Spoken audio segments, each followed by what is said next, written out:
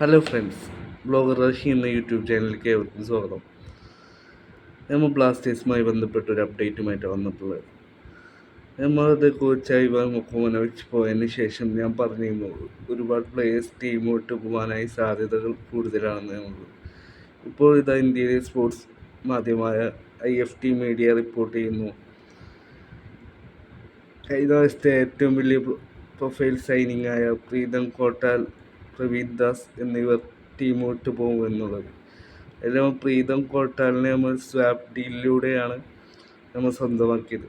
സഹലിനെ കൊടുത്തുകൊണ്ടാണ് പ്രീതത്തിനെ നമ്മൾ സൈൻ ചെയ്തത്.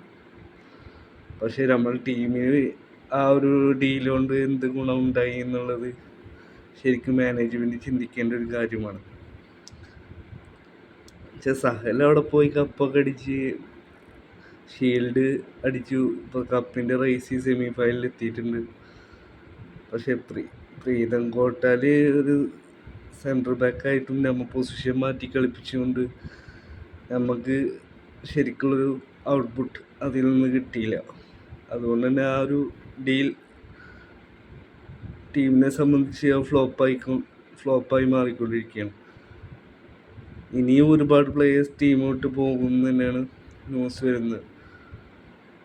പ്രവീൺ ദാസിൻ്റെ കാര്യം പറയുകയെന്ന് വെച്ചാൽ ബാംഗ്ലൂർ SCയിലും അതേപോലെ തന്നെ മോഹൻ ബഗാനിലൊക്കെ സൂപ്പറായി കളിച്ചിരുന്നൊരു പ്ലെയറാണ്. അവൻ്റെ ക്രോസിങ്ങാണ്, ബോക്സിലേക്കുള്ള ക്രോസിങ് ആയിരുന്നു ഏറ്റവും ക്രൂഷ്യലായിട്ട് ഉണ്ടായിരുന്നത്. അത് നമ്മുടെ ടീമിൽ വന്നപ്പോൾ നമുക്ക് കിട്ടിയില്ല. അത് വലിയൊരു ഇഞ്ചുറി കൺസേണൊക്കെ ഉണ്ടായിരുന്നു.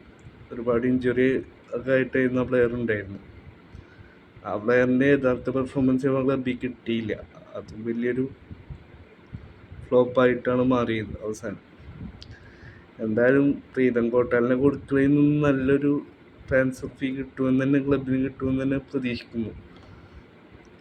കോൺട്രാക്റ്റുള്ളൊരു പ്ലെയറാണ്.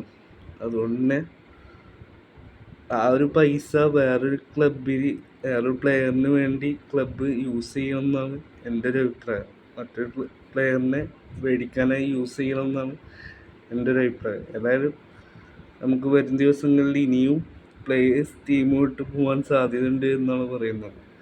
നമ്മുടെ സൈനികൾക്ക് ഒരു പക്ഷേ പുതിയ കോച്ച് വന്നതിന് ശേഷമാവാം.